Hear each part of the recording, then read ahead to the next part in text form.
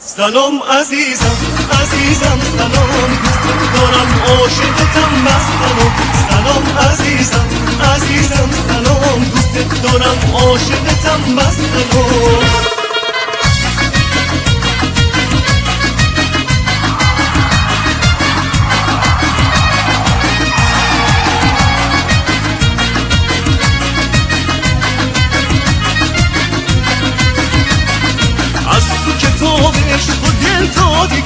که پر عشق و پر از سادگی وقتی کتاب عشق خوندم تمام خوشم اومد فقط من از یک کلام خوشم اومد فقط من از یک کلام سلام عزیزم عزیزم سلام دوست دارم عاشقتم بس سلام سلام عزیزم عزیزم سلام دوست دارم عاشقتم بس سلام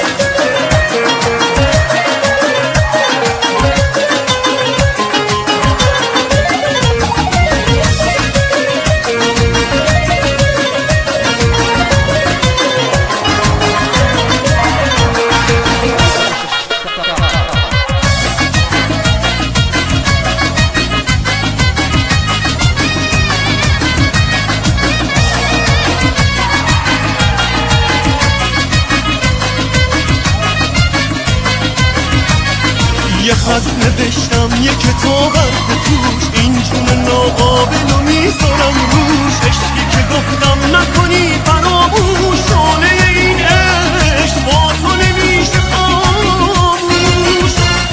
تو عزیز جون منی یار مهربون منی شیشه عمر منو یه وقت نخوای بشکنی تاج سر مایی شیرین ادایی چه با وفایی خدایی